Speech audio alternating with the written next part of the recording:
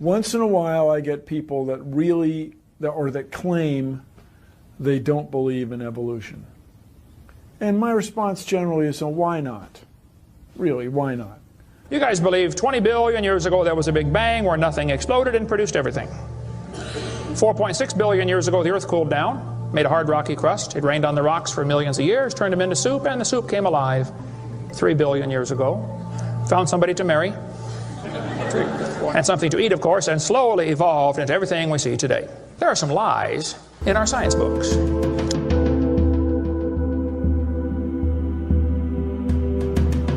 One thing I really want your generation to embrace is that the Earth is a closed system. We cannot leave the Earth. There's no place to go. One thing I really want your generation to embrace is that the Earth is a closed system. We cannot leave the Earth.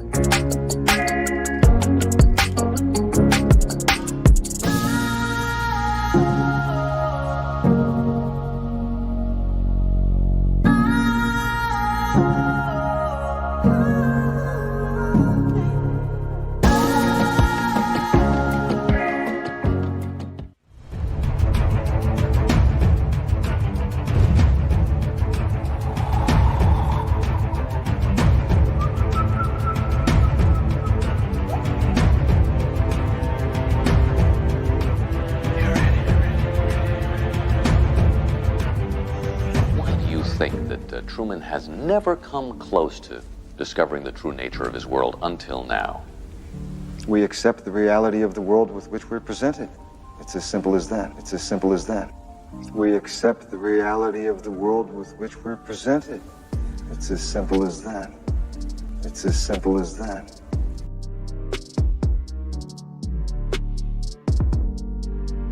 So tell me, Neil, is the Earth flat? We have video from space of the rotating spherical Earth. The Earth is round. Thank you for joining us on this episode.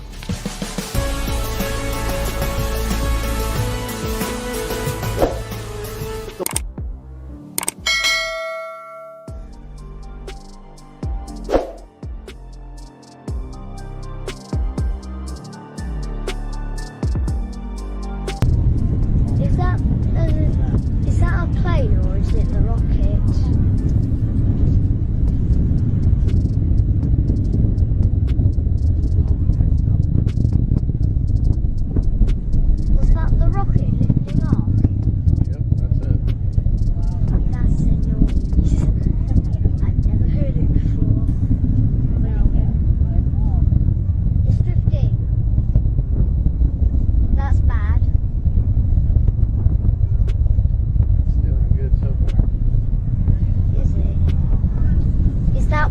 always happens? Does it always go like that? Yep.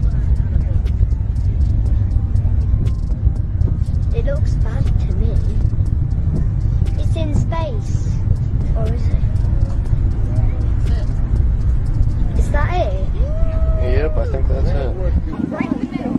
Oh no, it's going down!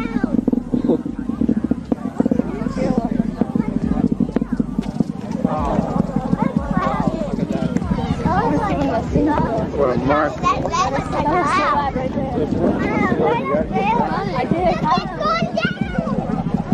Peter, or Sandy, is it turning or is the Earth spinning? A rainbow. Sandy? It's not turning, the Earth is spinning. Sandy? Already. That's going straight up, just the Earth is turning. We're moving away from it. Is that what always happens? Does it always go like that? Yep. It looks bad to me. Is that what always happens? Does it always go like that? Yep. It looks bad to me. All right. Oh no, it's going down!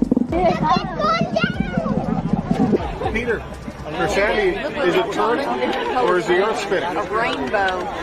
Sandy?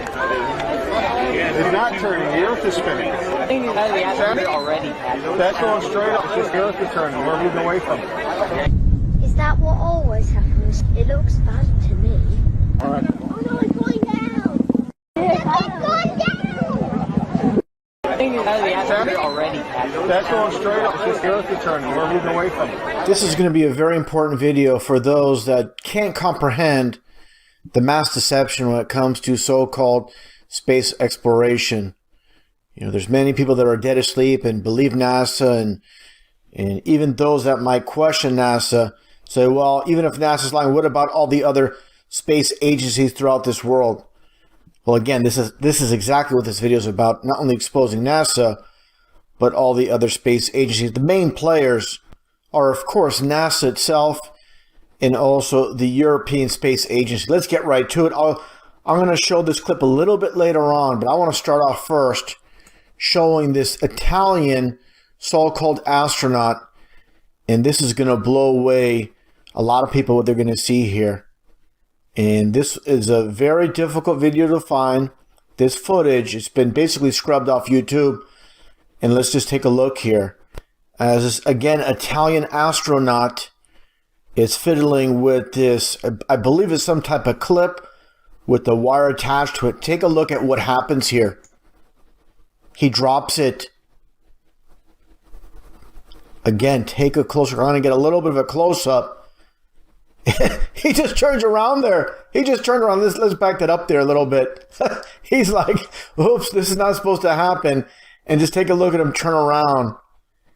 And again, while the clip drops, he turns around, and let's take a closer look here. Oh, there he dropped it. Supposedly in outer space. Give me a complete break. Another close up. And I wonder what the people that believe in space travel are going to say about this. Of course, there's going to be some that are going to be shocked and they're trying to rationalize what's taking place. Now, there's going to say, hey, wait a second. This is not supposed to happen. Again, let's take a look. What a complete joke. And again, he turns around. Now, let's take a look here. I'm going to put pause here for a second.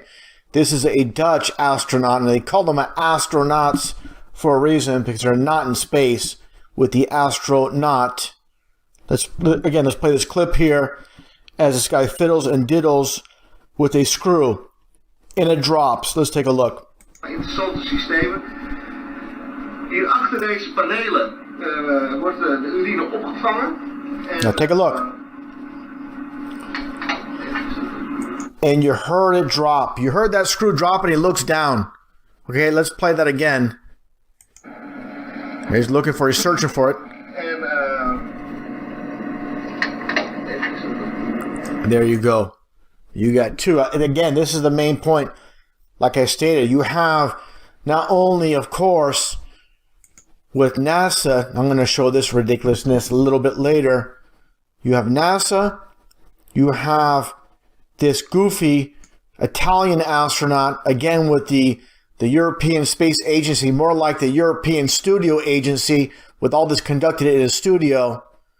And again, this Dutch astronaut as well with the screw dropping. Let's just watch it one last time. And there you go. So again, the relevance here is the so-called international space community, the explorers of space, supposedly, they're all doing the same thing. They're all faking space. And again, this is vital for those that haven't seen it.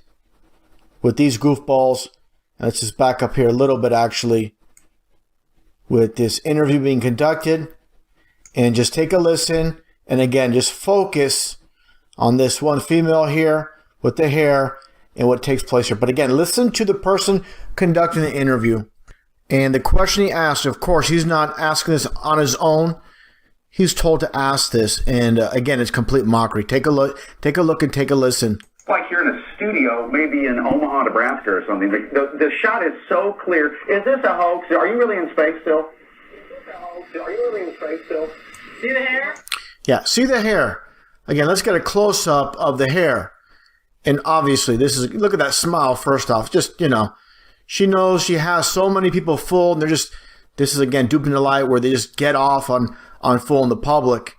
And obviously, again, look at that hairspray, all brushed up, combed up, and just complete ridiculousness. Now let's get back to this interview. And another point I want to make, let's get right here. Clear. Is this a hoax? Are you really in space still? See the hair? I don't know. We're going to have to do something for you. Now watch this guy with the U.S. Marine Corps t-shirt and take a look at what he does. Again, all smoke and mirrors. And then he pulls on a wire right here. Oh, yeah, I can do that. Watch this. This guy here is obviously on a harness. And again, smoke and mirrors is all they're doing. And watch these two in the back do their flip. And look at her hair. Doesn't change. Standing straight up. And going upside down the same. Now it's key what he says here. Take a close listen to what he says here. Again, the mockery never ends. Look at her. I think Sandy's hair is pretty much a dead giveaway. Yeah, like he said, Sandy's hair is pretty much a dead giveaway, meaning they're faking this, and they're not, they know there's so many people out there that just love the idea of outer space, and they're basically going to, again, rationalize and why this is not fake. But again, this is, for people that, have half a brain, they should be able to see exactly what's going on here. And if people don't question this, they're not going to question anything they're told. They're just basically mind controlled. Now let's get into the aspect again, talking about this being a international deception, as I showed earlier with the Italian astronaut and the Dutch astronaut, as you see here. Now let's take a look here at the logos. You see here with NASA, and of course you see which looks like almost like a serpent's tongue.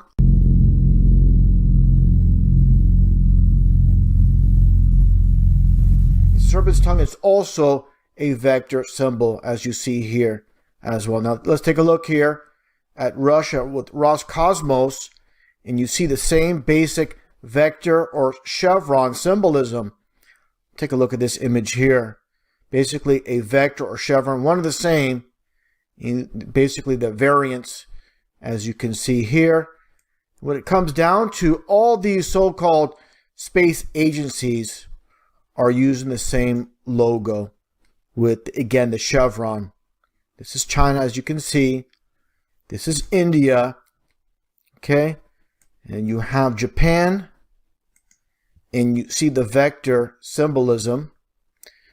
Also, with subcontractor with NASA, you have Lockheed Martin.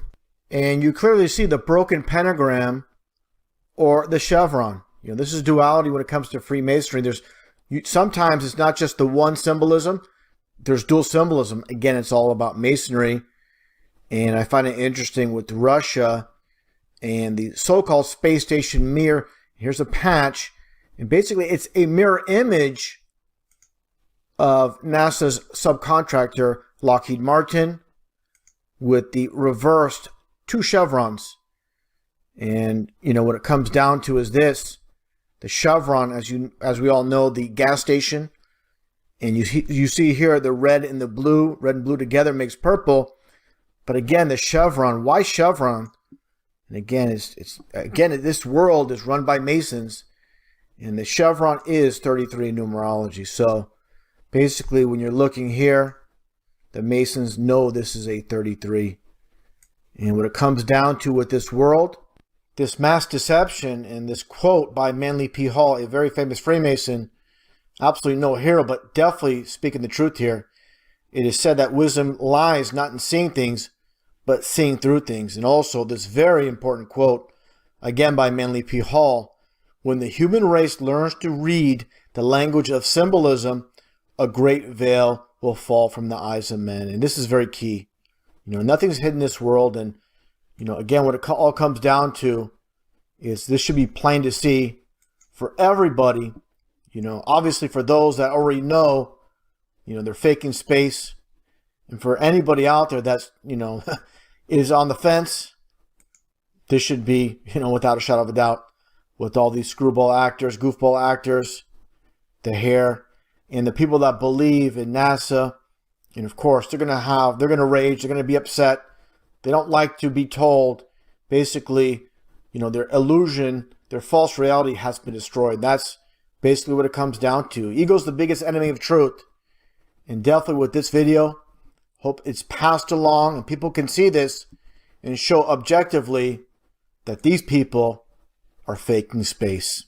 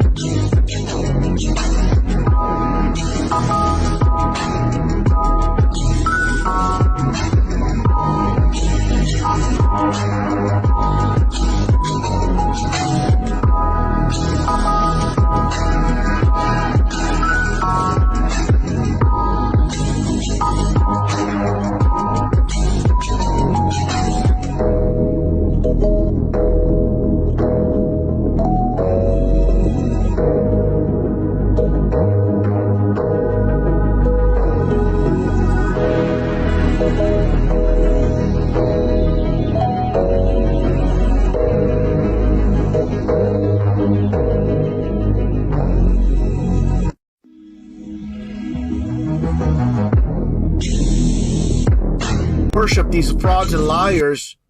It's all about masonry, like I showed before real quick with Falcon 9. Again, all about the 33 when it comes to Freemasonry. And of course, the knucklehead fanboys of SpaceX, they know nothing about masonry. It's all about deception.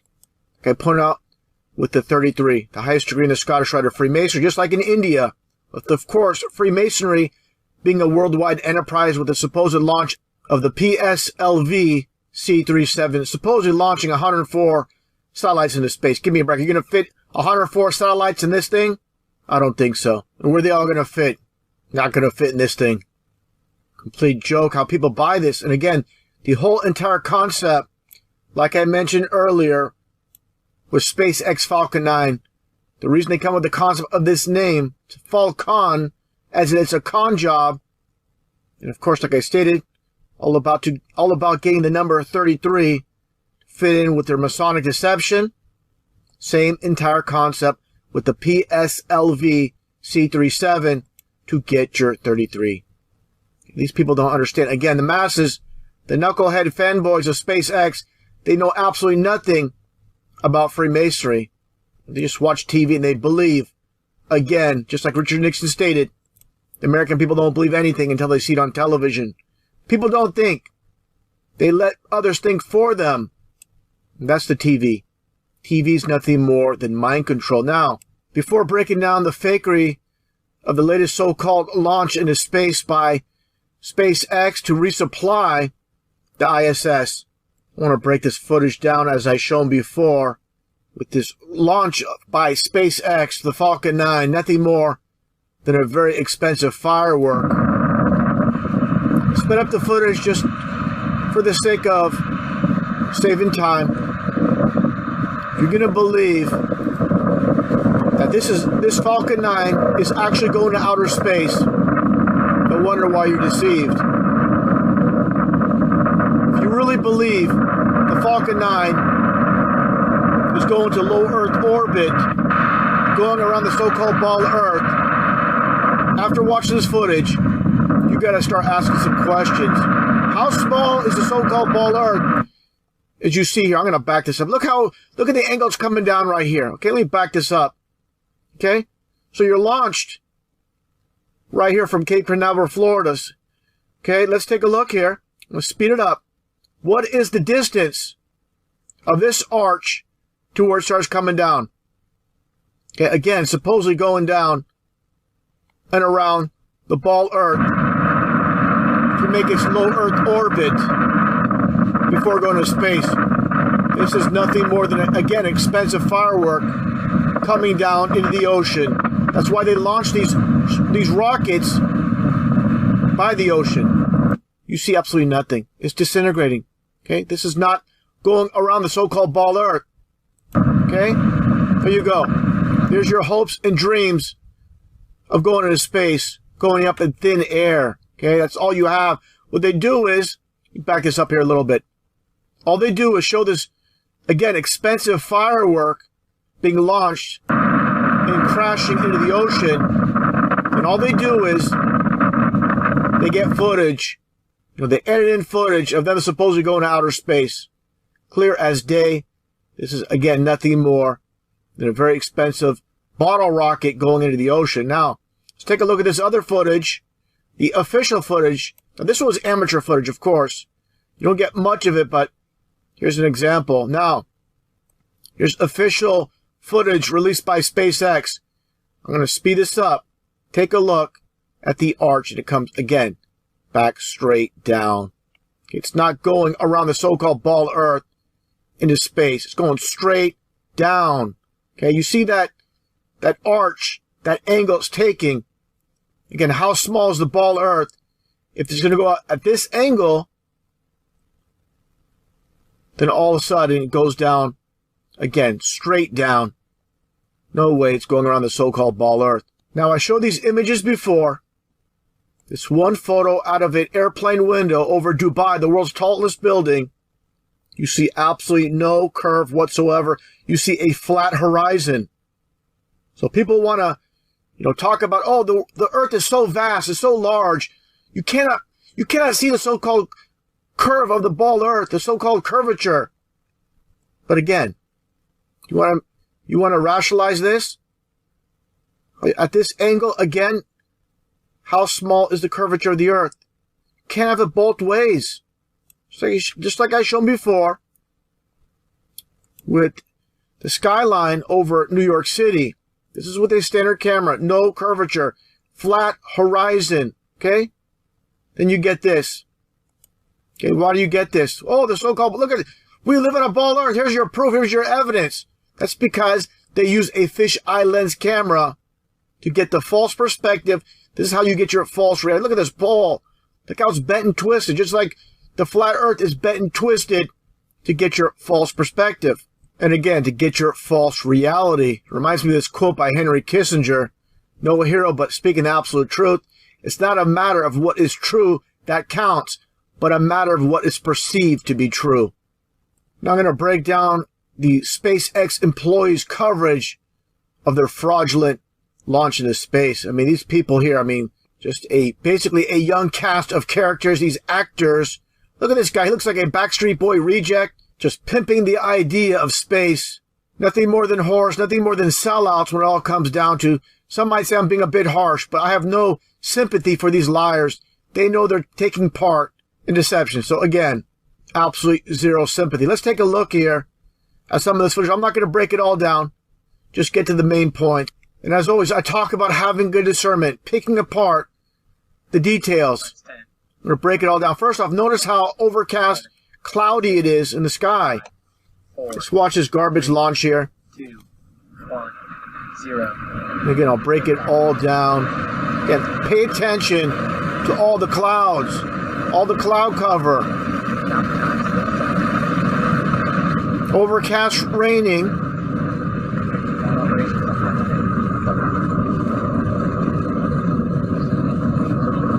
Now watch what you're going to see here. Again, this is how they do it. It's all about editing. Just like a movie.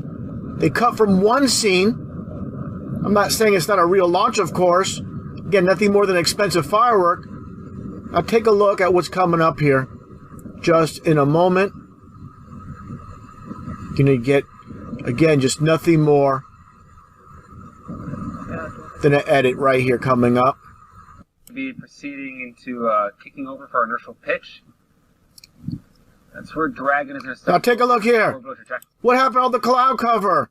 Look at this. Complete garbage. But again, people don't think. That's why they're so easy to deceive. It's so easy to deceive people. Everything continuing to... I mean, this is a complete... Oh, this is the reason. This is the reason you believe we live on a ball Earth, because this garbage footage that is nothing more than CGI fakery. Call out, Give me a break. Today's launch. I mean, this is pathetic. People buy this again. Hook, line, and sinker. It's on TV, so it must be real. Unbelievable. You can see the app. Now watch this. Again, nothing more than just an edit, like a Hollywood movie. Now what you are seeing is a view from the inside of the second stage. You hear all the fanboys and fangirls in the back.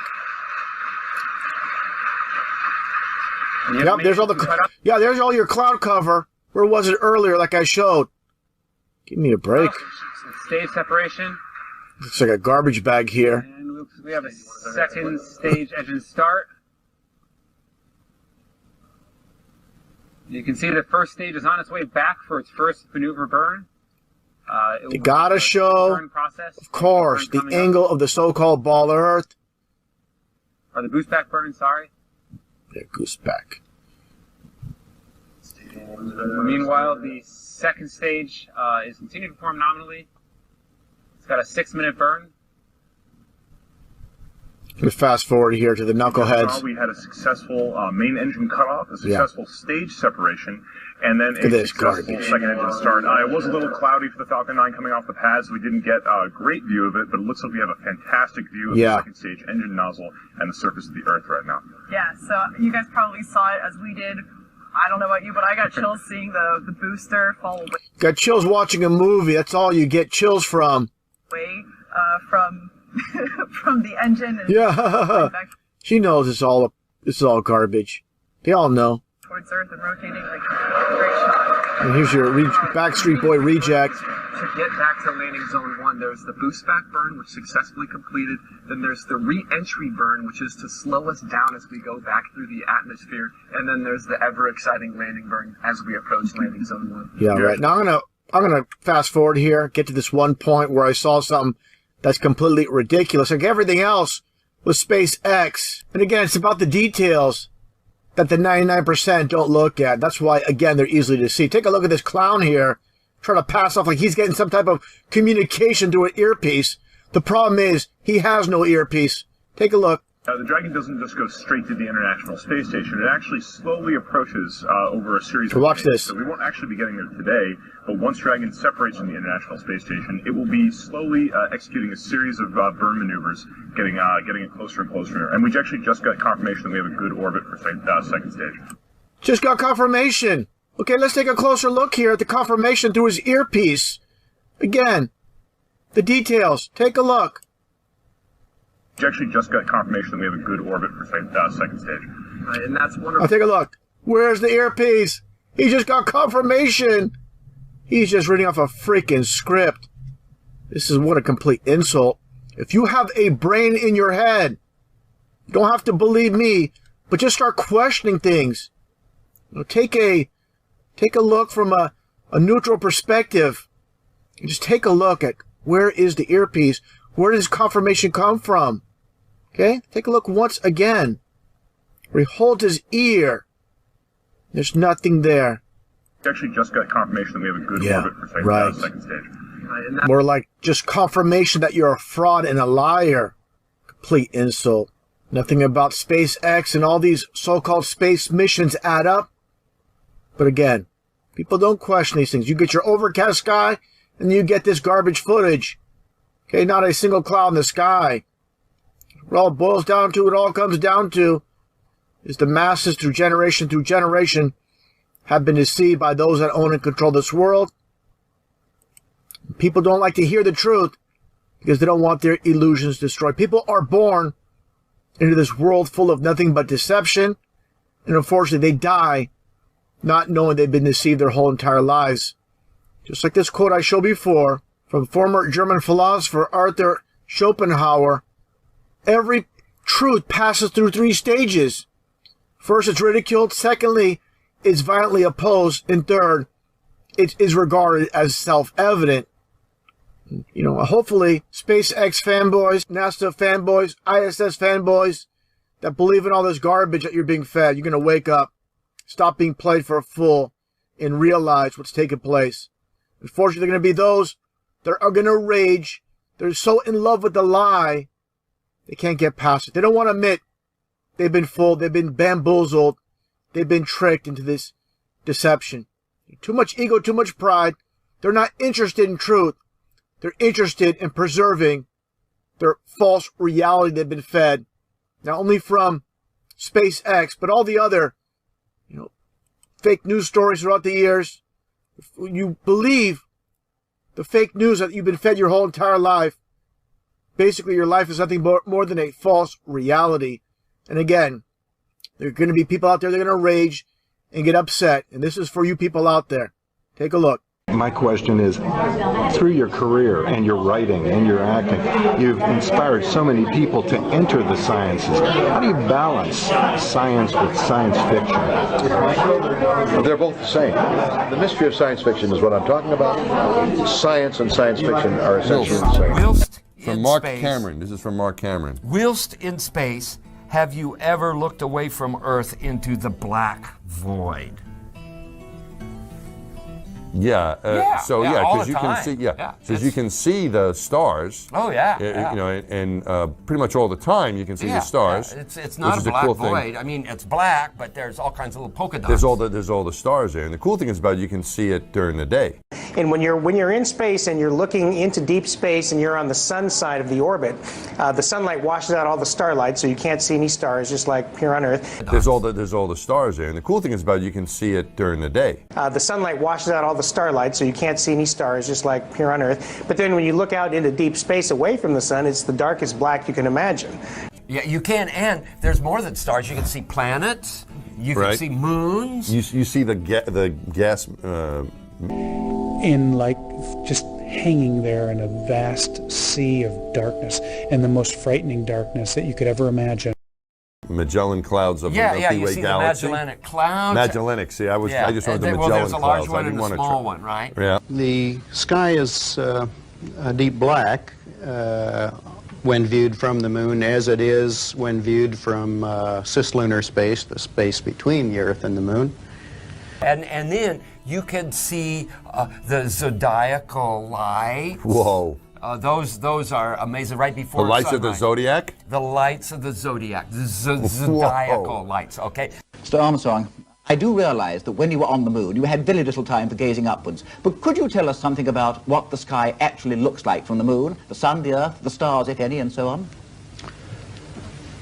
The sky is a deep black when viewed from the moon, as it is when viewed from cislunar space, the space between the Earth and the moon.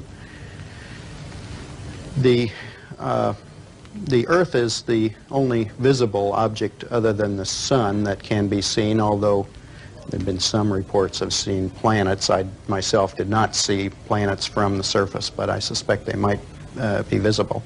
There's more than stars. You can see planets. You can see moons. You see the gas. The sky, of course, was black, but it had sort of a velvet sheen to it. The biggest visual surprise was just how black the sky was. You have a brilliant sun, brighter than any sun you normally would see, even here in New Mexico. You have these extraordinarily high mountains. We were in a valley deeper than the Grand Canyon. But then you have this black sky, a sky blacker than black, as the old Vidicon expression used to be. And we have to realize that in space, without the intervening atmosphere, the heavens are 10 times as bright, stars 10 times as numerous, because there's no atmosphere to block the light. You can see those. Which are and what? Then you Explain can see those the to upper. us. Oh, well, it's, I mean, I know what they are, but explain it to the audience. This big, it's this vertical column of fuzzy glow that comes up perpendicular to the horizon shortly before the sunrise. Just the inherent beauty of it, the velvet, bottomless bucket of the universe. In like just hanging there in a vast sea of darkness, and the most frightening darkness that you could ever imagine. I've often tried to explain the difference between darkness, when you turn out the lights and it's dark in here, or blackness. Blackness is the endlessness of it all. It's hard to comprehend.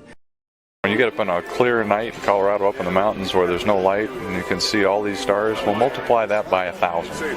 That's what it's like in space. And we could not see stars. I was just a systems engineer on a well-functioning spacecraft coming home. And so, sure, I had work to do, but not nearly as pressing as before. And we were oriented such that we were rotating to keep thermal balance on the spacecraft, and oriented in such a way that every 2 minutes, the Earth, the Moon, the Sun, and a 360-degree panorama of the heavens appeared in the cabin window. And that was awesome. It was an overwhelming experience. And we have to realize that in space, without the intervening atmosphere, And we could not see stars. The heavens are 10 times as bright, stars 10 times as numerous, because there's no atmosphere to block the light. Black, when viewed from the moon, as it is when viewed from cislunar space, the space between the Earth and the moon, the space between the Earth and the moon. Since the moon has no atmosphere, then a daytime picture, if you're there in the daytime of the moon, you see a full night sky of stars, even with the sun in the sky as well. When you looked up at the sky, could you actually see the stars and the solar corona in spite of the glare? We were never able to see stars from the lunar surface or on the daylight side of the moon by eye without looking through the optics. I don't recall during the period of time that we were photographing the solar corona what stars we could see. I don't remember seeing any. Years later, though, Michael Collins would remember seeing the elusive stars and wrote about them in expeditions to the moon. It seems his memory improved the older he got. Big fuzzy glow that goes way up high, maybe 30 or 40 degrees above the horizon, perpendicular to the horizon, and it's this fuzzy glow. It's a zodiacal light. Yeah, you know, actually on my very first mission, we went up and when you're in space and you're looking into deep space and you're on the sun side of the orbit, the sunlight washes out all the starlight, so you can't see any stars, just like here on Earth. But then when you look out into deep space away from the sun, it's the darkest black you can imagine. They're brighter, but they're different. A lot of things different about it. One, you don't have the atmospheric distortion, so they don't twinkle, right? So you see lots of points, and you see lots of points, and that literally millions of them. Hanging there in a vast sea of darkness, and the most frightening darkness that you could ever imagine. And I live in Colorado, and you get up on a clear night in Colorado, up in the mountains where there's no light, and you can see all these stars. We'll multiply that by 1,000. That's what it's like in space. And then when you're outside doing a spacewalk, and you have that 1 or 2 opportunities where you can let your eyes adjust, you can start to notice that some of the stars have colors we don't see here on the ground. The cool thing is about you can see it during the day. And when you're in space and you're looking into deep space and you're on the sun side of the orbit, the sunlight washes out all the starlight, so you can't see any stars, just like here on Earth. There's all the stars there, and the cool thing is about you can see it during the day. And we could not see stars. You don't see stars in the daytime on Earth, not because they're not there, but because the atmosphere is aglow with scattered light from the sun. If you take away the atmosphere, the sun will still be there, but the sky goes dark. That's what the folks get when they go to the edge of the atmosphere, and they're calling that the edge of space. But when you get to the edge of the atmosphere is no longer between you and the rest of the universe, and the stars reveal themselves just as they would at night. Since the moon has no atmosphere, then a daytime picture, if you're there in the daytime of the moon, you see a full night sky of stars, even with the sun in the Hello, sky my name is as well. Garland Vad, and I was wondering, why do astronauts wear belts in space? Thank you.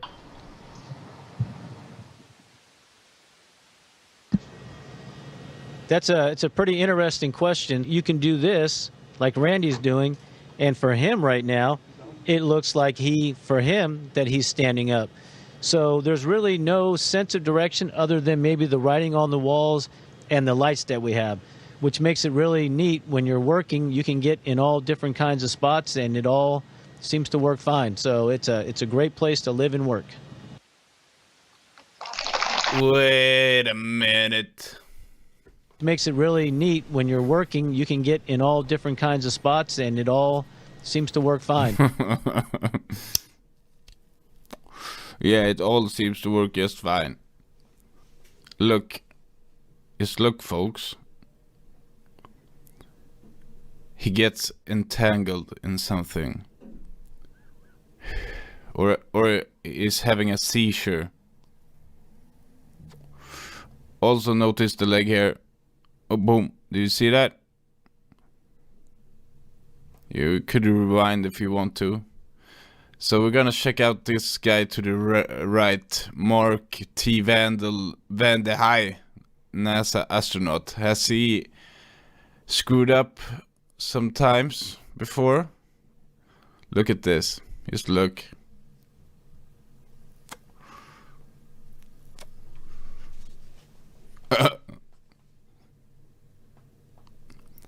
I'm gonna explain to you what happens here.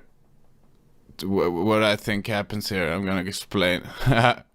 So this guy, they're both gonna do a backflip, and his leg gets, and then it looks down, gets entangled, and then he gets entangled to the right. Did you see that? If you want to, you can rewind. Look at his face. This is good. Look at this little fella here. Hi, I'm Noah. I'm in second grade. Could you show a somersault right now? Yeah, same guy, Mark T. Yeah, somersault is a backflip. Look.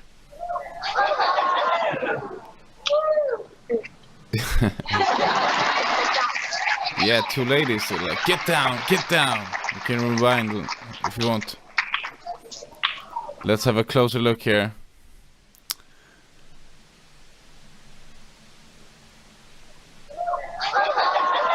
What's he reaching for?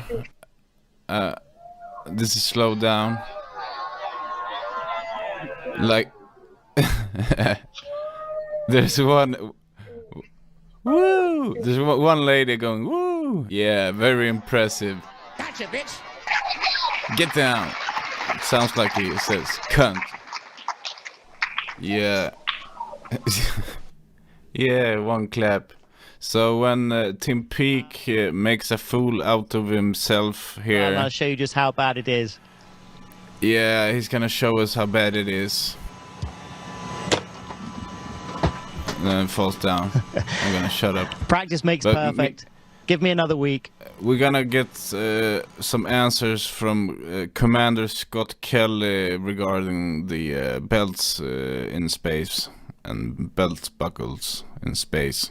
Why do astronauts wear belts in space? I want some answers. Here's the last dorky question I'm going to ask you, sir. Do you ever get tired of doing flips up there? First, Scott Kelly's gonna do some back flips. Not really. You don't. I don't get tired of it. You definitely get better at it.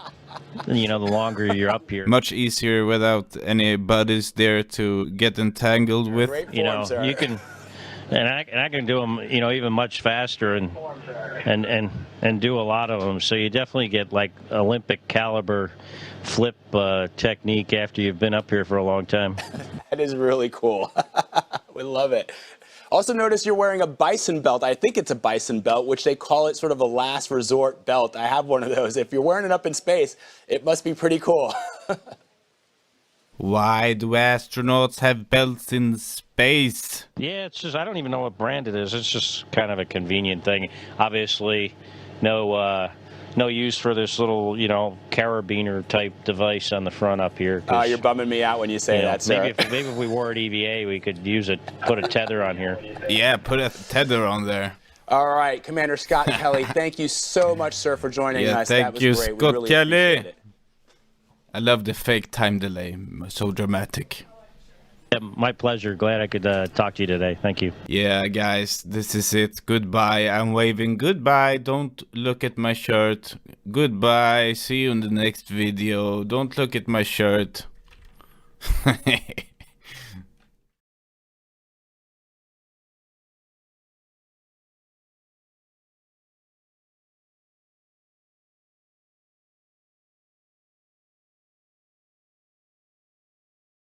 One of the main defenses that people make to show or argue that we had to have gone to the moon, and they often say that there would have been so many people involved in the conspiracy it would have been impossible to keep it quiet. The only people who would have known about the hoax would have been those on a need-to-know basis, and that would have been very few people. You have your astronauts, you have the people filming everything and building the locations, and you have the people authorizing it, and that's it. Everybody else would have been doing their one task in the line and sequence of events that they were responsible for. And this segues into another defense made by people who believe we went to the moon, and that is, why didn't NASA have them do things over after they made mistakes? And the reason for that is that this was live, and not everybody was in on it. And those hundreds of people you see at Mission Control, they're not in on it. You got the surgeons, they're monitoring the heart rate. You have the data guys, they're monitoring whatever is coming in on their feed. And everybody is looking at a live event, and all over the world, people are monitoring a live event. So there were no do-overs.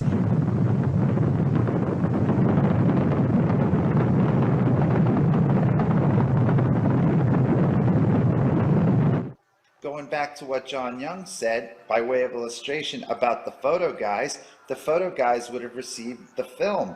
The film couldn't be developed on the moon. It had a chain of custody. That had to take place, and those guys were not in on it.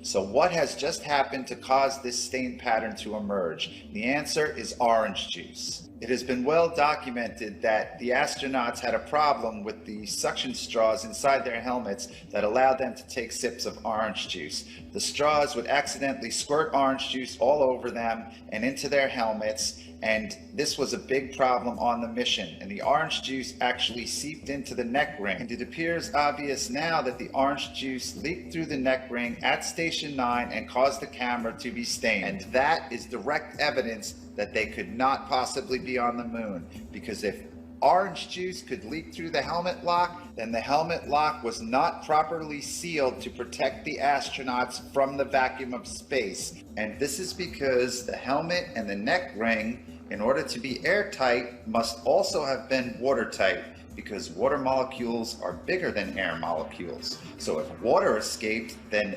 oxygen also escaped, and the suit would not have been pressurized, and in that case, the astronauts would be dead.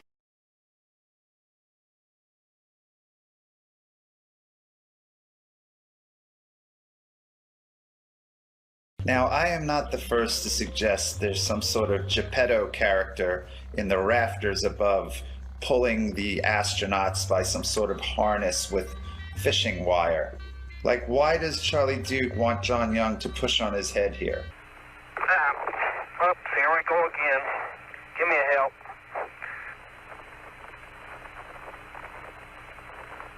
There you go. Okay, just push, start pushing on my head. Give me a hand. Okay. Here we go. So he pushes down on his head and his feet seem to levitate backwards.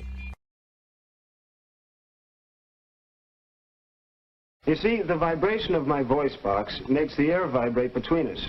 Then when the air vibrates your eardrum, you hear what I'm saying. But maybe you've seen a demonstration of a bell under a glass jar. With normal air inside the jar, you could hear the bell clearly. But when the vacuum pump drew the air out of the jar, there was nothing inside to carry the vibrations of the bell. Nothing until the air was let back into the jar. They can't get your photo numbers. And this is core tube number 2. Okay, just I can almost drive it without a hammer. But if you hand it to me, I'll get it in a second. I'm going to take a couple more shots of this before we get all in. I get the pictures. All right? Driving in real easy, Houston. The sounds in space, it's odd to have a hammer or a metal tool and bang it against something and hear absolutely nothing. You can, sound won't travel in a vacuum, so there you are outside and you could be hitting something, no sound at all. In space, since there's no atmosphere, there's no air, if you bang on something when you're doing your spacewalk, you will not be able to hear that. And this leads us to the dilemma of our final segment. All modern astronauts, such as Piers Sellers and Mike Massimino, claim to hear absolutely nothing when they're out on the International Space Station in the vacuum, banging away with metal tools and objects, whereas during the Apollo missions, all kinds of sounds have been recorded that should not be possible if they are on the moon in the vacuum of space.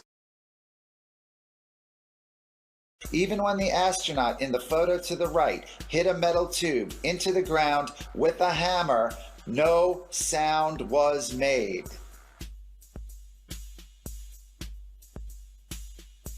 All of the sounds so far analyzed were made by the astronauts as they were handling tools, but now we are going to analyze some sounds that are made a distance away from the astronauts.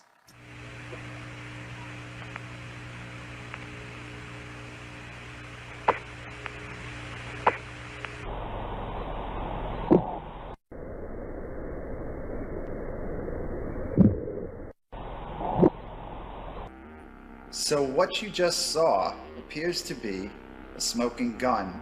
That scene, which was broadcast live to the world during Apollo 15, shows astronaut James Irwin.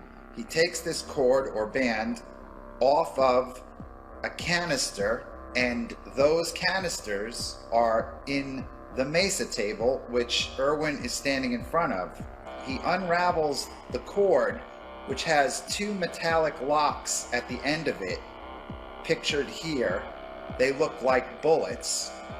He takes that off, he unravels it, he reaches back with his right hand, and he throws the cord away. Let's take another look at it.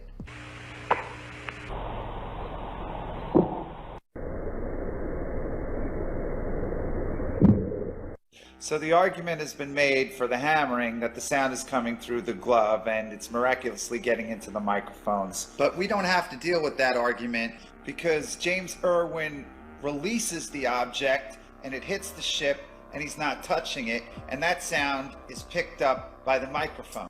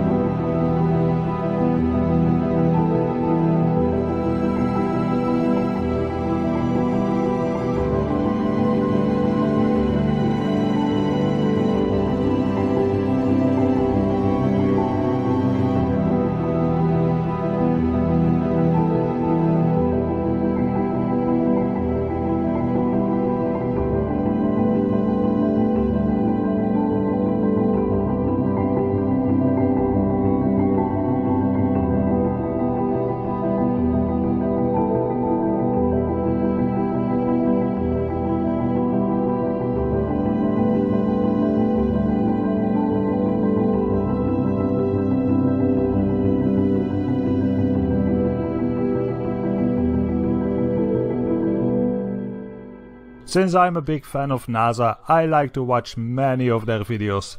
Today I was watching this old footage from the Challenger mission. I was thinking I need to stop spreading this flat earth bullshit because maybe NASA is legit and maybe all their missions are real. Watching NASA videos is a good way to make yourself believe it's all real. Unless you find stuff like I will show you in a minute. Maybe other people found this already, I'm not sure, but I am sure that I never saw this before. So, when you look at this footage, sometimes it kinda makes you think, was it all real? Is it all real? Cause many parts of it kinda look real. Like the part where you see all the people watching the rocket, like this part. It's kinda hard to fake it and it kinda looks very real, so the rocket probably was real. But then, well, just let's keep watching, it will show up in a minute. This video was uploaded by the International Astronautical Federation, and like a good reporter or a good journalist, I check my sources and this is what Wikipedia told me. It's an international space advocacy organization based in Paris and founded in 1951 as a non-governmental organization. But it's full of governmental people. But that doesn't matter. It's uploaded by them. I will link the video in the description so you can all watch it. And maybe you can put some comments on the original video, but please be polite. Making sure everything is running properly. The next scene you'll see from the cockpit is when the solid rocket boosters departed, and that was really a bright flash. And after this is all showing the rocket from the Earth going to space. This is the real part because it is real. But now the rocket is getting into space, so now the fakery comes in. This is the time when you watch the recent rocket launches. This is when they switch to animations. But back in the time there was no software to make animations, so they had to do something else to convince you that the rocket is in space. These days they just use cartoons. It's kinda insane that people believe cartoons. Do you wonder how they used to do it 30 or 40 years ago? Do you remember Thunderbirds? That basically shows it. It's just a bunch of tiny models in a dark room with some special effects. But at least Thunderbirds did a decent job, because in Thunderbirds you never saw a guy in the background showing up. So this video is an astronaut explaining the mission. It's not like practice footage or anything. Watch closely. That was basically our arrangement. Dan sat in the pilot's seat during this operation, sort of monitoring the motion of the vehicle, making sure that it was steady and that there were very few vibrations of any sort. Here's a picture of the INSAT actually being deployed from the spacecraft. You can see that the deploy went very smoothly. At the moment of deploy... Did you see it? In the background? There was a guy in the background, man. I'm not kidding you. You can't deny that that's someone in the background. There's a guy moving in the background. Here, watch it again. Watch it closely. I looked up, or I tried to look up the size of this rocket. I found this picture. You can see it's massive. So if that rocket is in space and if there's a guy in the background in that footage, that means that there are like giants, but like insane big giants floating around in space looking at NASA. That's probably why they don't dare to go back to the moon and why they hide so much stuff. Space is full of giants. Well, NASA, this video was a lot of fun to watch. There's a lot of weird things in this. Let's keep watching a bit more of this. About a minute 20 seconds after deployment, you can see some of the jets on the spacecraft. Here you can see how they switch on the light of the Earth. Associated with the spacecraft. It's kind of funny, isn't it? How do you explain all this shit? But at least you can see that the Earth is a ball. At least they are not hiding the shape of the Earth. Or maybe is it a fisheye lens? Oh, the satellites start to spin for the video. Well, at least we see it's a ball, you know. It's even more a ball when it goes down. And it doesn't look like it's in outer space, it looks like high altitude at most. These old videos are a lot of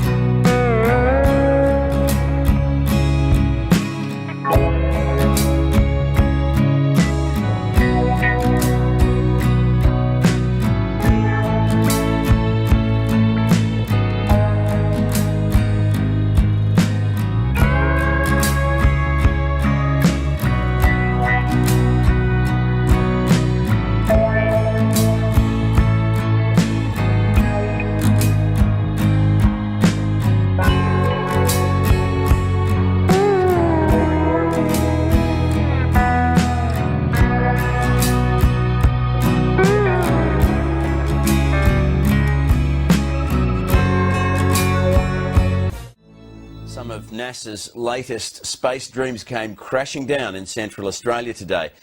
A giant helium balloon packed with expensive scientific instruments lost its moorings in high winds. As Anna Henderson reports, it cut a swathe through an airfield and sent onlookers running for their lives.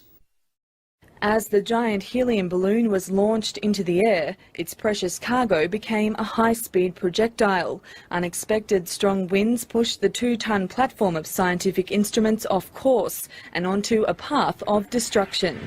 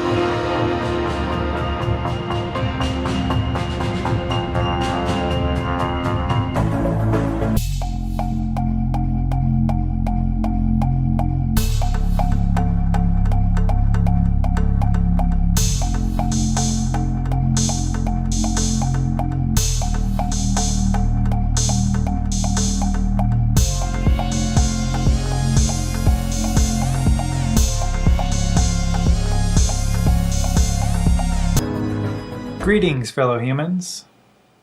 Well, this is my first ever attempt at making a legitimate YouTube video, so bear with me as I muddle through this. For starters, let's get the intros out of the way. I'm the Biker Scout. And a little background about me, other than the obvious Star Wars reference, I ride a motorcycle full time. But I'm a professional designer and photographer first. I've been using Photoshop since 2.0, is that 1990-ish? So I know my way around a computer and photo editing software. And I just had to make this video in response to the crap that NASA's been feeding us as scientific proofs for the general archives and public domain, when in fact they're employing very amateurish photo retouchers. I'm a stickler for details and an avid pixel peeper, and I'll tell you what, if I was employed by NASA, the fake images would be flawless. There are so many absurd photographic anomalies in their archives, but I'm only going to focus on a couple that have all been released within the last few months here in 2015. So let's get started. Alright, let's go straight to the horse's mouth here and download the image right off of NASA's website. And open it into Photoshop. Okay. Now, one thing that you should know is there are all kinds of different blacks. So, in order to see what's actually black or slightly black, you invert the image. Now, in doing this, you reveal some very interesting characteristics about our perfectly round sphere globe Earth here, which we're told it's an oblate spheroid and not perfectly round. But Photoshop round tool selection marquee thing here will disagree. Now, as I make a selection here, and let me scoot this back on the screen. Okay, I'm not exact size, but it doesn't matter for this because I'll show you why here in a minute. The marquee tool has a very distinct stair-step shape in the pixel definition. And as you can see here, NASA's image, as you toggle around between the feathered edge, that the stair-step matches perfectly with an exact sphere. That means they used Photoshop to delete the background. But they didn't do a very good job. As you can see here, there's a bunch of little random pixel anomalies floating in space. The most obvious that nobody really saw until you invert the image is up here. This is a strip of blue sky cloud that somebody forgot to erase. Now, this is very obvious when you invert the image back. And look at that. That is blue water, people. And it should not be out in space unless this was a retouched image. This is not an official photograph of Earth from 1 million miles away, as they're saying. There's a lot of things about this image that I don't really like in terms of clarity and definition that just can't be taken from a 4 megapixel camera from 1 million miles away. I mean, the detail's astonishingly ridiculous. I mean, you can clearly make out the Central Valley in California. You know, you can see land details. I'm sorry, 4 megapixels from 1 million miles away. I don't know. All right, moving on. Let's check out Commander Scott Kelly's photograph of the Earth, Moon, Venus transit. Really beautiful image, but let's see what we can find here. He's a Nikon user, as are all the astronauts. That will become of importance here later on. I'll mention that in a minute. First, let's open it and do what we did before. We'll invert the image, and we'll see if there's any strange things afoot. My suspicion was the lens flare. It looked too Hollywoodish to me. It looked too much like a plug-in or a filter. But I was blown away when I saw this really glaringly obvious cover-up of something. Now, to me, it looks like they just took the brush tool and blocked something out by just selecting black. But they didn't use the eyedropper tool to sample the nearest color black. So they're, like I said, blacks aren't all the same once you start looking at it as an inverted image. Looks black. Now, they may have blocked something out for artistic reasons, but as soon as you do that, it's a manipulated image, and you can't claim it as authentic. You know, it's now a composite. You know, you've edited it, you've retouched it, and I think they're obligated to mention when they do. and not always in the obfuscated terms of mosaic and composite, as NASA always seems to do. All right, let's check this image out here. Everybody might remember this one. This is the famous moon transiting the Earth in front of NASA's Discover satellite that's 1 million miles away, parked out in geosynchronous orbit. Okay, let's right-click this bad boy, put it into Photoshop. It's a GIF for animated purposes, but the cool thing about GIFs is you can actually open them up in Photoshop and you can see all the layers that the GIF is made out of. Kind of cool. So let's zoom in here and check it out. All right, you start activating layers and the moon comes into frame. But what is this? Why is the leading edge of the moon green? Obviously, that shouldn't be like that. So what's going on here is NASA has south parked a dim moon image because they said it's the dark side of the moon. So obviously we think the image needs to appear darker, but it's passing right in front of the Earth, in front of the sun.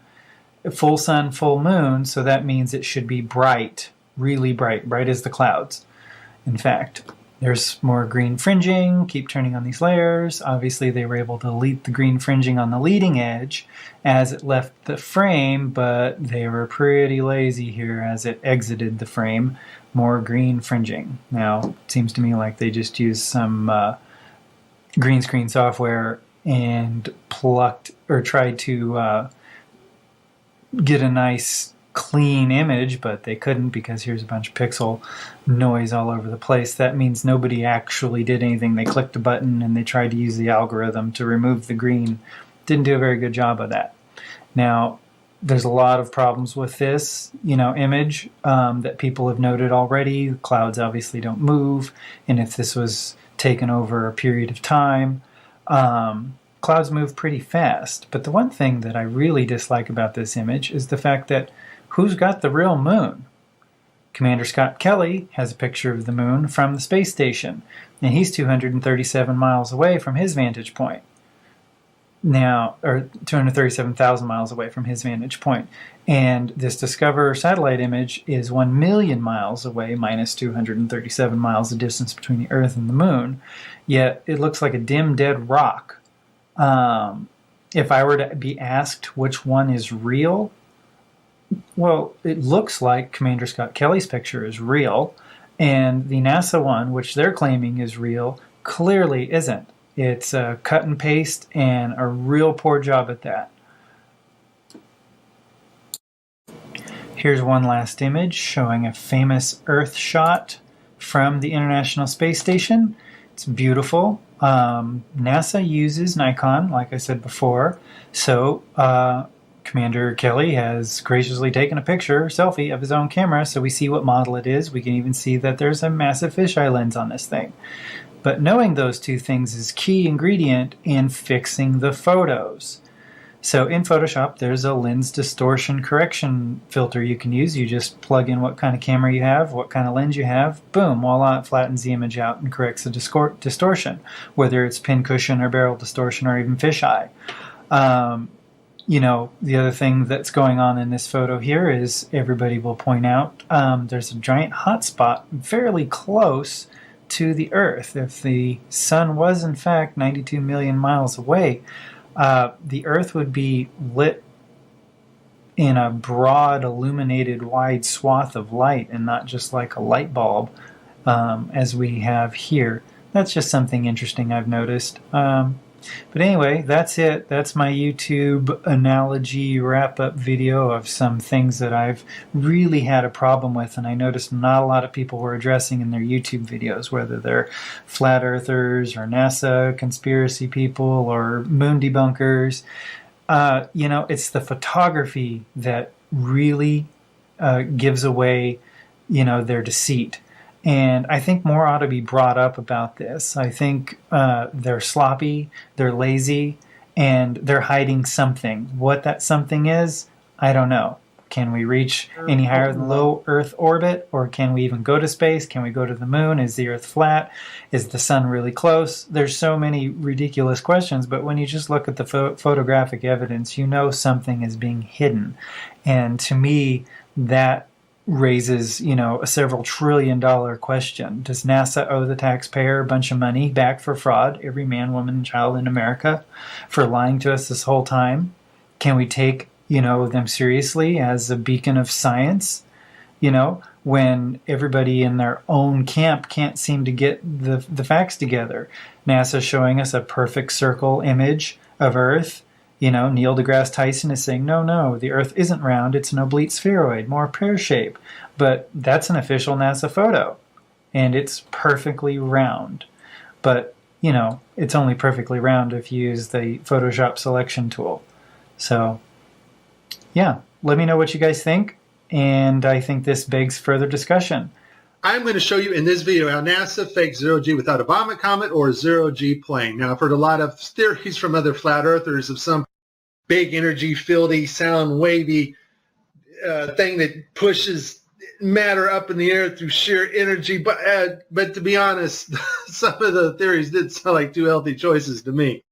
No, I've been praying about it, and the Lord finally revealed to me one video, and I work with Blender and Unity, and I've been working with special effects software and Photoshop for quite a while now. And when I saw this video, I realized it became instantly clear how they do it. And it's just video game technology. Now, if you're part of the Geek Squad or the techie crowd, well, then you already know about this technology. And so let's get to the video that caught my attention, and you will see the same things that I saw. Let's watch. We have to introduce the concept of free fall. So let's use this model of the Earth. And let's enlist the help of a friend, Taxi. You might know her.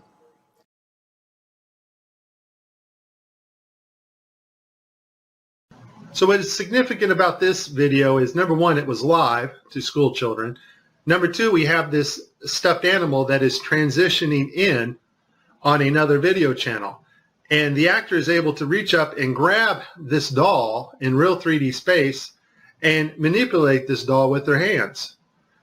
And so the only way you're going to pull that off is with one technology. And that technology is virtual reality. More importantly, though, something called augmented virtual reality. Now, before 2012, NASA used masking techniques much like we do in Photoshop and After Effects. But now we're able to simulate water and objects live in real 3D space. So we're able to take models of things that are photorealistic and rotate and move them while we are going live. Before, we used to have to render these effects frame by frame by frame, and it took extremely long amounts of time. In this video here I made last year, I'm using Sony Vegas, and I was just playing around with the masking capabilities of Sony Vegas. I don't even know why I saved this video, but here I'm standing in the kitchen and I'm just lifting up this trash can to make it kind of look like it's floating. And I didn't do a lot of work on this. It was just something I wanted to see real quick. But that is a masking effect to get another effect.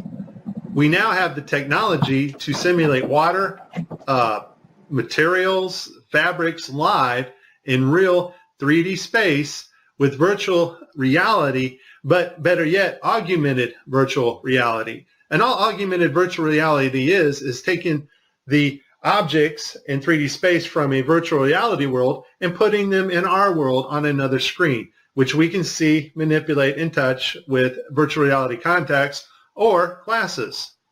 In this next segment, I'm going to show you how NASA grabs objects in 3D space, rotates them around, manipulates them. They can do this with water, with cloth, anything. And the cool thing about it is we can take what they're doing, what they're seeing with their contact virtual reality augmented lenses, and put that on a separate video layer live. Yes, live, and do it all in real time. So I'm going to show you what it looks like to them as they're grabbing objects and manipulating them. And then I'm going to show you Microsoft's HoloSense video, their demonstration at E3 a couple years ago, of bringing a virtual reality into our world. And it is simply amazing. Let's watch. Specifically, how HoloLens can turn every room of your house into a personalized video game level. But today, we want to take mixed reality one step further. So we've got something new to show you. Holograms you can hold.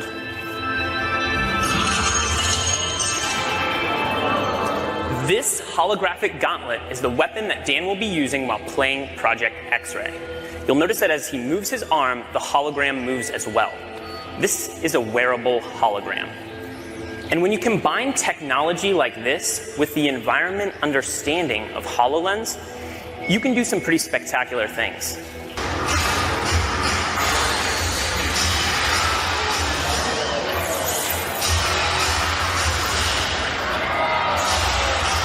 And can even use his shield to defend himself.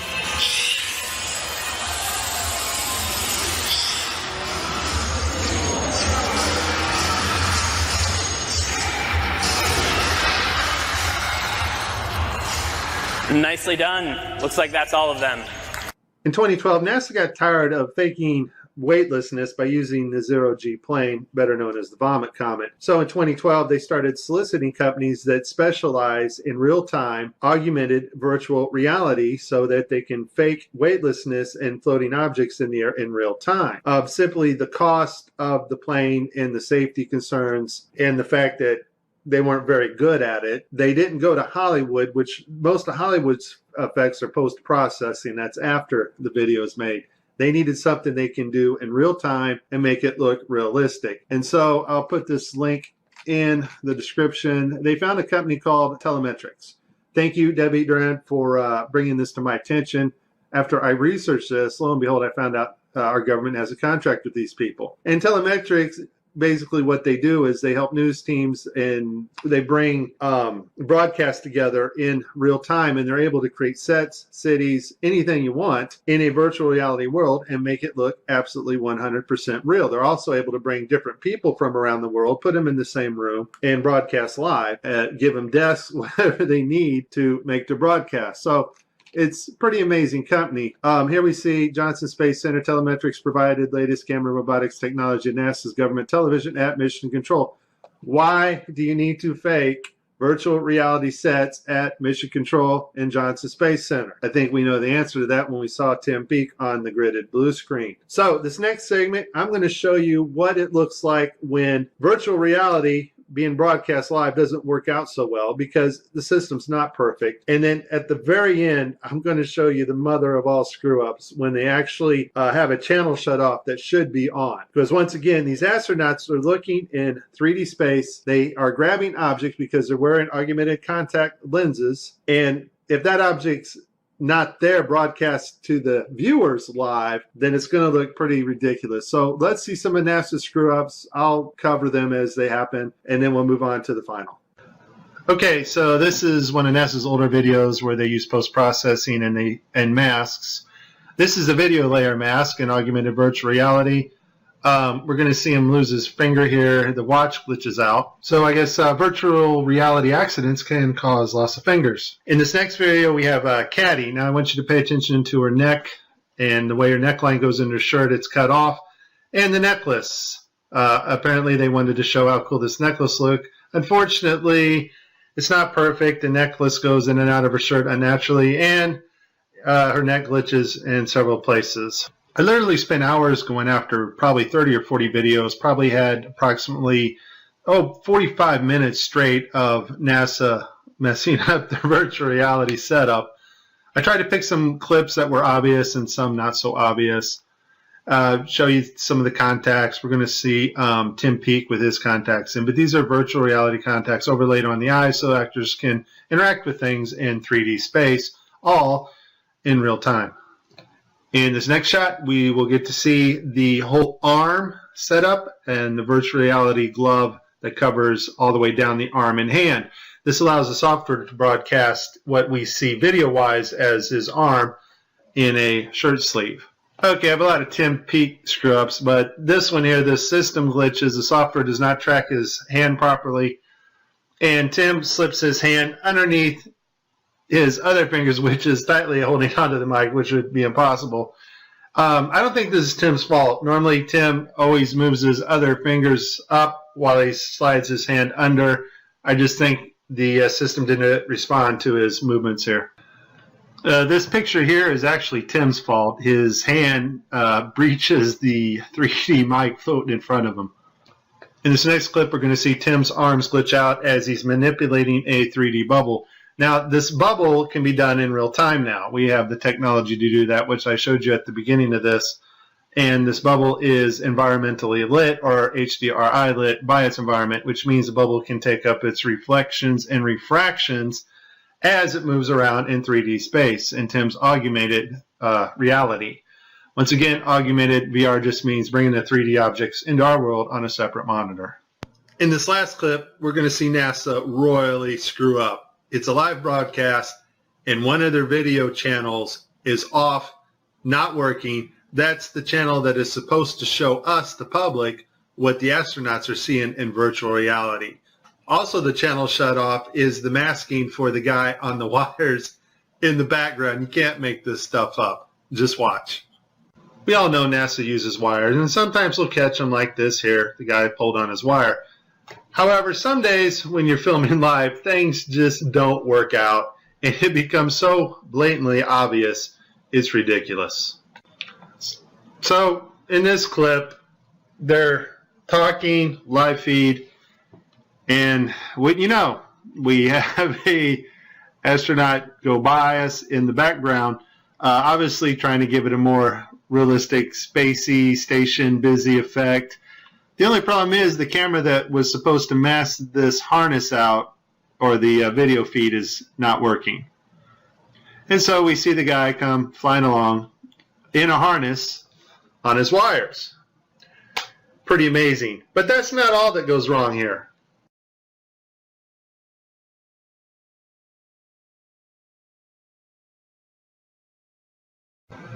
Okay, so you see to the right, this guy's flipping this hat. This hat's actually on another video channel in 3D space. It's virtual reality. They're wearing augmented contact lenses so that they can interact with these 3D objects. Now, in this scene, the guy on the left in the green shirt, he thinks he sees an object in 3D space that's being broadcast to him. So he grabs it and he puts it off to the side. He's looking straight ahead because he's looking at an object rotating in front of him, but the video channel is down that is supposed to show the viewers what we're supposed to see, and so we don't actually get to see the object that he is seeing. And I would just sum this up as a very terrible, bad, horrible day for NASA doing live feeds. Hey, Tim, you still there? Yeah. Can you explain to us what this astronaut's going through as he sees something with his eyes in 3D space, but it's not actually there being broadcast to the public? What's going through this astronaut's mind? This system is sending signals to the brain that doesn't really match your eyes, and so your brain's trying to work out the two differences. Here's the thing. As much fun as this was, there is a time coming when you and I will not be able to tell the difference, and space has not changed. Technology to fake space has gotten better. Just because Adobe gets a massive update to Photoshop or After Effects, or there's a massive update at telemetrics in their virtual reality, augmented virtual reality programming, that does not advance us magically 20 years in space. Space has not changed. It's flat. It's above us. It's dimensional, and we cannot orbit Earth. You have been warned. This is very serious stuff, and if you do not get it now, you won't get it later, because later you won't know the difference. This is Mike. God bless everybody. Please like and please subscribe. What's up, guys? Thank you for joining us at Truth to the Youth. I'm going to show you these clips that I put together, and I want you to just be honest with yourself while you're watching these clips. You see this guy doing a backflip, and people are grabbing wires behind him, grabbing his wire on his leg. This guy, he actually falls halfway through his flip. This guy, he tries to bend down and can only go so far. This guy can't even do a backflip in 0G. And this lady grabs a wire, she stands up. Now I'm going to show you all these, compare them side by side. Look, this guy's definitely struggling with a harness wire on the left. This guy on the right's grabbing a cord that you can see attached to his pants. And the guy in the background is swatting at a wire he's trying to grab. Here, the guy on the left falls halfway through his flip. And on the right, this guy is lunging to do a backflip. And if this was 0G, he would just continue to go on. But he doesn't. Here on the left, we see this lady grab a wire as she stands up. Or she's just grabbing nothing, maybe. I don't know. On the right, this guy bends down but is stopped by resistance. And you see his shirt lift up in the back. So, I mean, you just have to be honest with yourself. Is this 0G? Is this really the ISS going on? These are scenes from the movie called Life. It's about the ISS, and you can see how they're floating around with harnesses. I think this is how they're doing it. This lady's hair is just stiff as a board, standing straight up, and that's her proof that they're on the ISS. This lady's hair is bouncing right back in place as she bends down. I've reversed it back and forth so you can see how she moves her head forward, and instead of her hair freely flowing forward, bounces back in place. Same with this Medusa chick here. She's definitely in a 0G plane because she's floating around, but her hair is hairsprayed stiff. Now, if you were just going to keep your hair out of your way, I would pull it back in a ponytail, but she's got it stiff. Now, this is what your hair would do in 0G. Freely move, not stiff as a board like we see on the right here. This is hairspray. This looks exactly like what we see on the ISS. Now, sometimes we do see hair moving freely on the ISS when it's an edited shot, you know, just little clips. But if there's any long periods of shots or live, they definitely do the hairspray, so you can't tell when the plane levels out. But look at this hair freely flowing on the ISS. So both of these are from the ISS, but their hair is doing completely different things. So you come up with your own conclusion here. But this is how I expect people to fly around on the ISS, just corkscrewing and going all crazy, but they always just do this back flip or this front flip, this stiff flip, and then gravity hits. Boom. Whoop. There's that gravity. All right, thanks, guys. Just be honest with yourself. You know, question everything. Be a critical thinker and be honest with yourself. Truth to the youth. Hey, yo, girl, show them that song I taught you. I got Jesus, what you got? I got Jesus, what you got? I got Jesus, what you got? Although you're saved or you're not. Feel me? Space, space, space. Space may be in the final frontier, but it's made in the Hollywood basement. Space may be in the final frontier, but it's made in the Hollywood basement. Space may be in the final frontier, but it's made in the Hollywood basement. Space may be in the final frontier, but it's made in the Hollywood basement. Have you ever dreamed of going up to outer space? Or maybe meeting other beings from another place? Have you ever wondered what it's like on other planets? Then you watch a science show and come to believe you understand it? You feel empowered by the knowledge and you feel enlightened, listening to Bill Nye and Neil deGrasse Tyson. But then you wake up and you start to see the obvious. Life is just a lie and this whole world ain't what we thought it was. NASA's missions to the moon were never completed. They just filmed them in a room and people believe it. I used to wonder what it's like to be an astronaut. Now when I see them acting, I can't help but to laugh a lot. They give us cartoons and they claim that we live on a ball, but it's flat and it's not moving or spinning at all. Why you lying to us, man? That's something that we want to know. After that, you're gonna have to pack up all your stuff and go. Space may be in the final frontier, but it's made in the Hollywood basement. Space may be in the final frontier, but it's made in the Hollywood basement. Space may be in the final frontier, but it's made in the Hollywood basement. Space may be in the final frontier, but it's made in the Hollywood basement.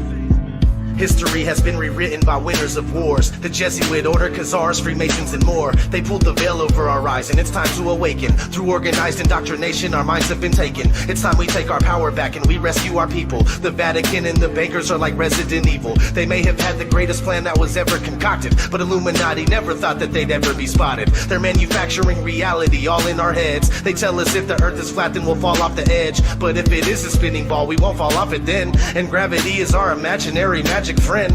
Why is water always flat when unmanipulated? Why are pictures of the earth computer generated? Why you lying to us, man? That's something that we want to know. After that, you're gonna have to pack up all your stuff and go.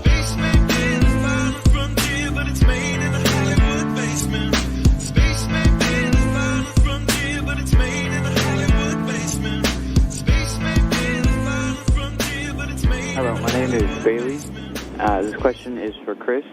What was high school like for you?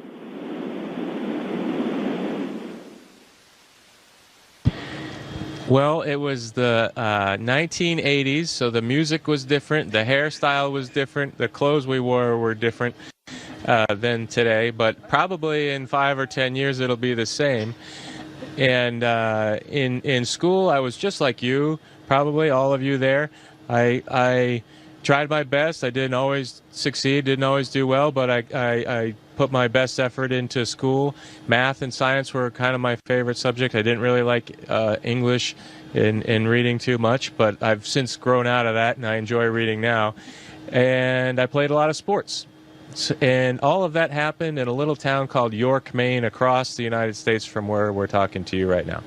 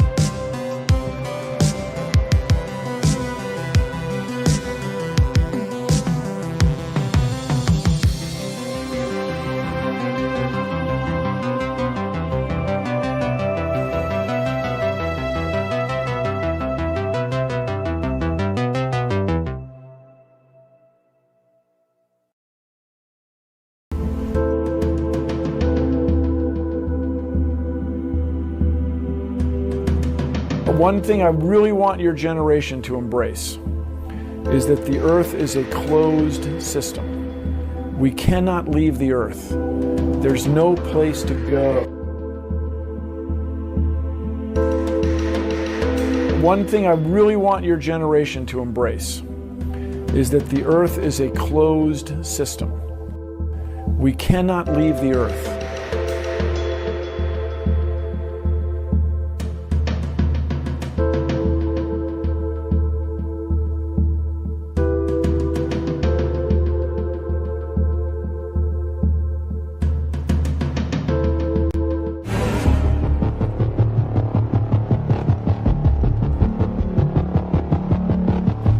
Orion is getting ready to launch.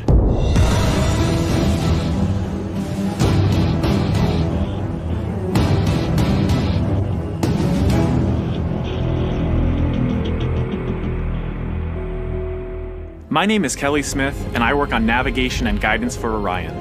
Orion is NASA's next-generation spacecraft. Built with versatility in mind, it can take astronauts deeper into space than we've ever gone before.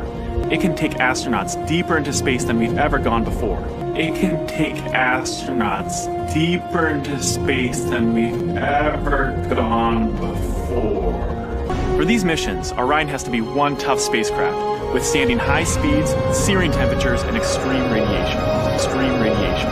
Extreme radiation. We are headed 3,600 miles above Earth. 15 times higher from the planet than the International Space Station. As we get further away from Earth, we'll pass through the Van Allen belts, an area of dangerous radiation.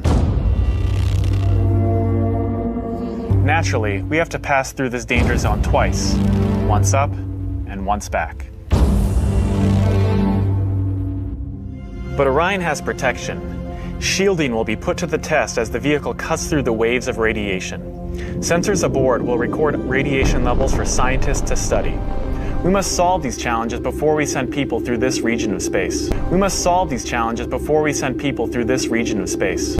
We must solve these challenges before we send people through this region of space. Any ill effects from the Van Allen radiation belts? No, now I'm not sure we went far enough out to encounter the Van Allen radiation belt. Maybe we did. I don't know the distance to the Van Allen radiation belt. We are headed 3,600 miles above Earth. 15 times higher from the planet than the International Space Station. Any ill effects from the Van Allen radiation belts? No, now I'm not sure we went far enough out to encounter the Van Allen radiation belt. Maybe we did. I don't know the distance to the Van Allen radiation belt, and if we did, it wasn't a problem. We must solve these challenges before we send people through this region of space. If we were going to encounter it, then we would have had to build the spacecraft and the spacesuit to not give humans a problem. We must solve these challenges before we send people through this region of space. You don't just build something and hope it works. You study to see what the threats are, the environment is, and then you say, how thick do I have to make the metal on the spacecraft so that going through this kind of radiation or these kind of meteoroids, it won't get hurt. And so then we build it that way. The belts are 1,000 miles to 25,000 miles above the Earth. Then we went right out through them. No effects on your cells? We didn't even know it. I don't think anybody, well, maybe somebody said you went through the radiation belt, but we didn't feel it inside. As we get further away from Earth, we'll pass through the Van Allen belts, an area of dangerous radiation. And we didn't get any, added radiation.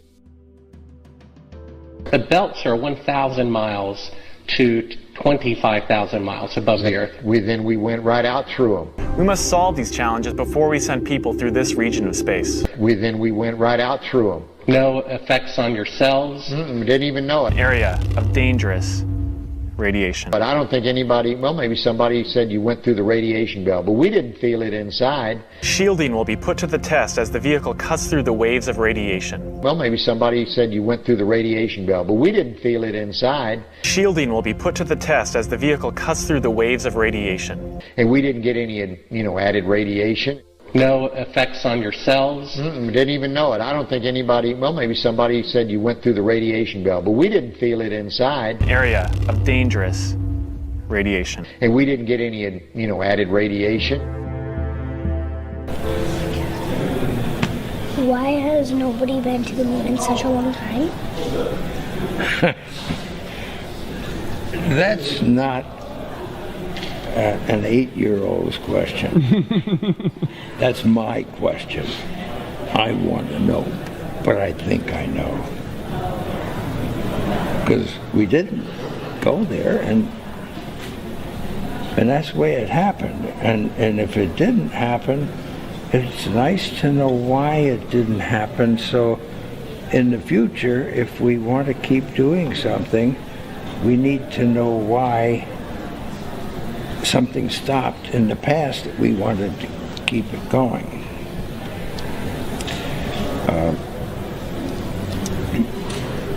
Money is a good thing. If you want to buy new things, new rockets, instead of keep doing the same thing over, then it's going to cost more money. And other things need more money too. So having achieved what the president wanted us to do, and then what thousands, millions of people in America, and millions of people around the world. You know, when we toured around the world after we came back, the most fascinating observation was signs that said, we did it. Not just us, not just America, but we, the world, different countries. They felt like they were part of what we were able to do. And that made us feel very good. Why has nobody been to the moon in such a long time? Because we didn't go there, and that's the way it happened. And if it didn't happen, it's nice to know why it didn't happen. Money.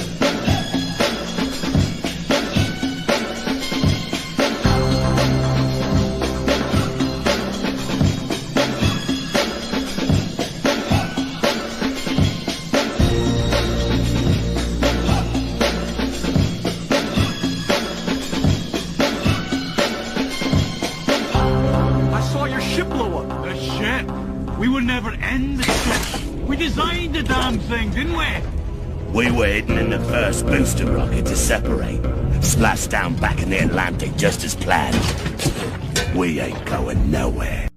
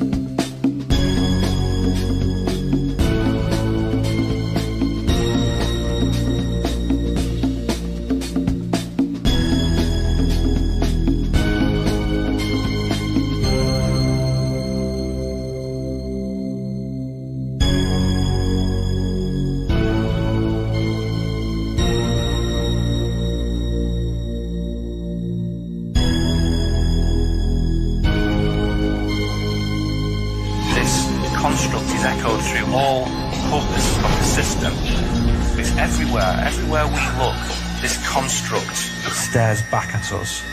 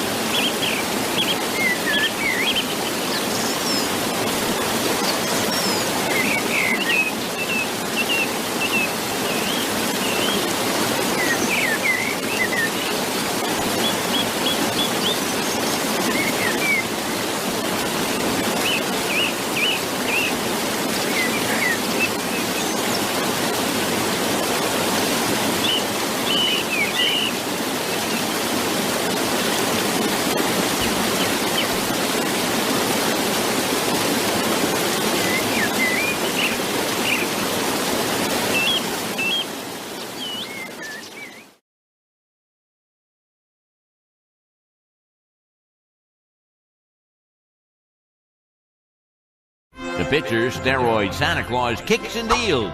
It's a long fly ball going back, and the ball shatters the sky, bringing the ocean itself down into the stadium. Oh, Simpson just broke this dream's reality wide open.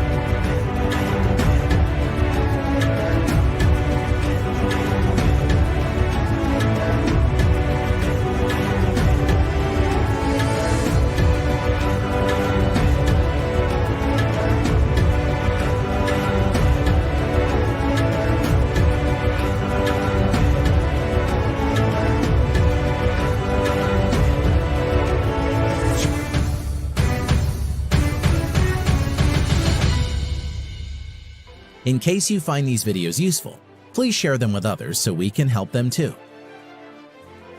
Subscribe and hit the bell icon for more videos and updates.